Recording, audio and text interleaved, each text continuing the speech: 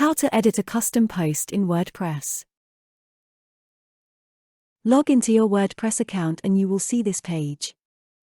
On the left side above Comments, hover on Events. Click on the Event option. Under Title, search for the post you need to edit. Click on the Edit button.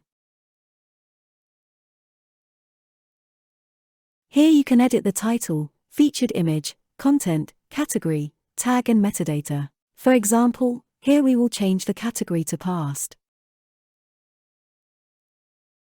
Click on the Update button. That's it, you have successfully edited a custom post in WordPress. Thank you for watching. Please contact us if you need any further support.